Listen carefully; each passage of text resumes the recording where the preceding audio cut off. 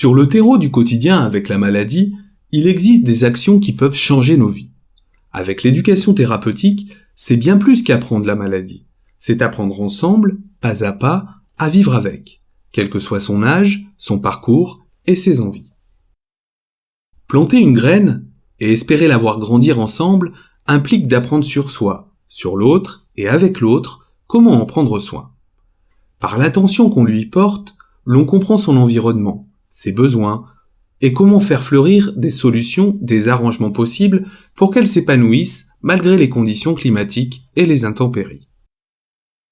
L'arroser ensemble, c'est croiser, à l'écoute de l'autre, une analyse de nos expériences, de nos ressources, nos capacités acquises tout au long de notre parcours de jardinier, de vie, avec des conseils et savoir-faire de professionnels en capacité d'éclairer, de conseiller, d'accompagner et d'organiser.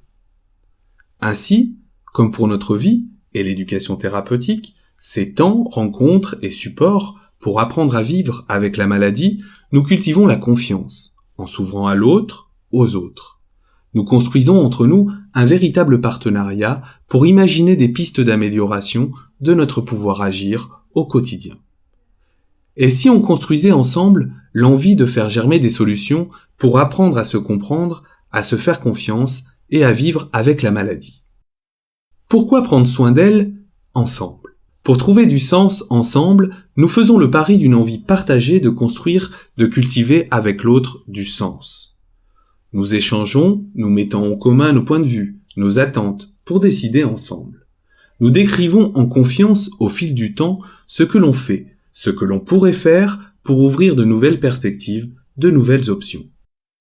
Et si l'on ouvrait le dialogue pour créer du sens et imaginer de nouvelles façons de prendre soin du vivre avec la maladie? Face à chaque plante, il y a des milliers d'approches pour garantir sa floraison, car chaque jardinier, chaque condition climatique et chaque plante est unique.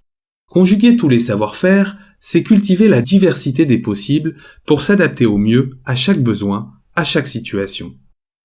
Il en va de même dans la manière d'apprendre de chaque personne. C'est en associant dans toutes les actions les savoirs et savoir-faire des patients et des aidants qui cultivent au quotidien leur propre parcours de vie avec la maladie que pourront germer avec chaque professionnel des solutions de plus en plus personnalisées et partagées.